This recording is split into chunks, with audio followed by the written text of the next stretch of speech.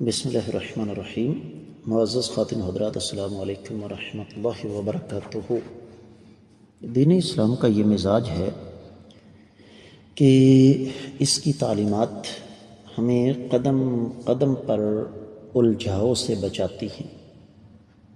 آج کی ہماری حدیث اسی سلسلے کی ایک کڑی ہے کہ اگر ایک آدمی غلام خریدتا ہے اور کوئی شرط عائد نہیں کرتا تو وہ غلام اگر فوت ہو جاتا ہے تو اس کا مال کسے ملے گا؟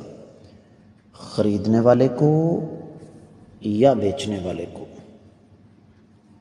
اگرچہ فی زمانہ اس کا تصور نہیں، لیکن چونکہ حدیث مبارکہ ہے تو ہمیں اس پر بات کرنا پڑے گی۔ معمول کے مطابق ہم سب سے پہلے حدیث کی عبارت پڑھیں گے، لیکن اس سے پہلے اس کا حوالہ مشکات المصابیح کتاب النکاح اور باب ہے غلاموں کی آزادی وغیرہ کے حوالے سے 3410ویں حدیث کتاب میں اور 18ویں ہے باب میں۔ الفاظ سماعت فرمائیے گا۔ وعن عبد الله بن عمر رضی اللہ عنہما قال قال رسول اللہ صلی اللہ علیہ وسلم من اشترى عبدا فلم يشترط ما له فلا شيء له، رواہ الدارمی۔ معزز خواتین حضرات، حدیث کا حوالہ تفصیلی نوٹ فرمائیے گا۔ سنن دارمی کتاب البیوع اور باب ہے فی من باع عبدا وله مال،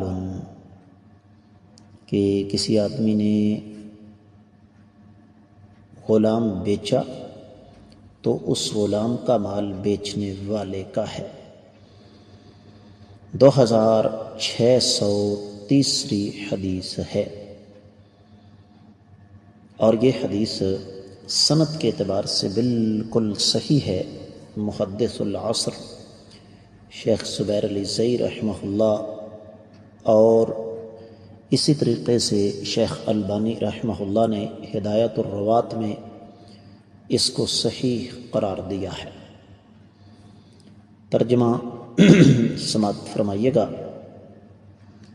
سیدنا عبداللہ بن عمر رضی اللہ تعالیٰ عنہما سے روایت ہے، فرماتے ہیں کہ کائنات کے امام صلی اللہ علیہ وسلم نے ارشاد فرمایا، جس آدمی نے کوئی غلام خریدا اور اس کے مال کی کوئی شرط قائم نہ کی تو اس خریدنے والے کے لیے اس غلام کے مال سے کچھ بھی نہیں ہے۔ معزز خواتین حضرات، میں نے جیسے تمہیدی کلمات میں گزارش کی ہے کہ جہاں تک ہو سکے شریعت اسلامیہ کا یہ مزاج ہے کہ الجھاؤ سے بچا جائے، اور یہی وجہ ہے کہ شریعت ہمیں اس بات پر سختی سے کاربند رہنے کا حکم دیتی ہے کہ ہم لوگ الجھاؤ سے بچنے کے لیے معاہدے کی تمام شرائط کو پورا کریں۔